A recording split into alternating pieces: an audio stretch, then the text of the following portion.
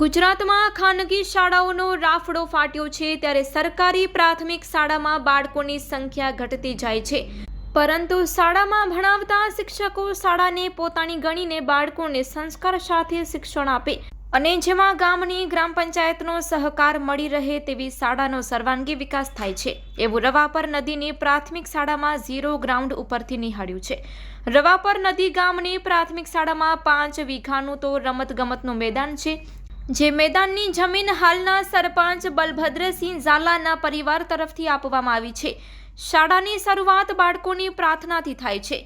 આ શાળામાં છેલ્લા 2 વર્ષથી આચાર્ય તરીકે આવેલા જયંતિભાઈ કુંડારિયાએ બાળકોમાં સંસ્કાર સાથે શિક્ષણ શરૂ કર્યું અને મેદાનમાં 40થી વધુ ફળાઉ વૃક્ષોનું વાવેતર કર્યું છે। આ શાળામાં રમતગમતના દરેક સાધનો વસાવવામાં આવ્યા છે। ગામના સરપંચ ઝાલાનો સંપૂર્ણ સહકાર મળતો હોવાથી આ શાળાનો સર્વાંગી વિકાસ થયેલો નજરે નિહાળી શકાય છે।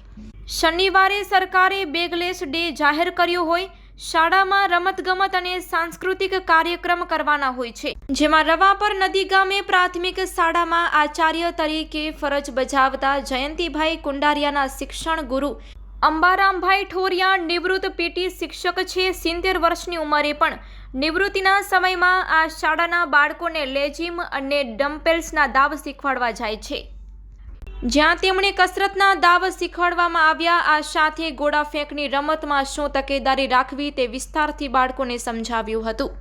આ વેળાએ શાળાના આચાર્ય જયંતિભાઈ કુંડારિયા, શિક્ષક સંજયભાઈ ડાંગર, સરપંચ બલભદ્રસિંહ ઝાલા, રોટરી ક્લબના આચાર્ય મણિભાઈ સરડવા, મોરબીથી રાઘવજી પટેલ, સિનિયર પત્રકાર શ્રીકાંત પટેલ હાજર રહ્યા હતા।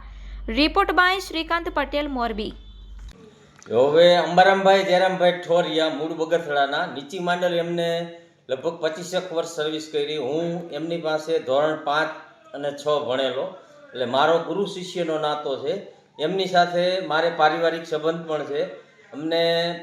અમે જે વખતે ભણતા ત્યારે અમને લેજીમ ડમ્બેલ્સના દાવ કરાવતા, એ વખતે મારે થોડા ભૂલાઈ ગયા હતા, એટલે મને એમ થયું કે મારા ગુરુજીએ, હું જે શાળાની અંદર આચાર્યમાં છું તો મારી સ્કૂલની અંદર આવીને મારા બાળકોને આ દાવ કરાવે, તો મેં એમને રિક્વેસ્ટ કરી, તો એમને આ ત્રીજી વખત આવ્યા અને આ વખતે પણ એમને લેજીમ ડમ્બેલ્સના દાવ, અંકસરતના દાવ, તમામ પ્રકારના, ટૂંકમાં પોતે સીપીએડ ટીચર છે, આજની તારીખે 67 વર્ષની ઉંમર છે, છતાં પણ એક્ટિવ છે।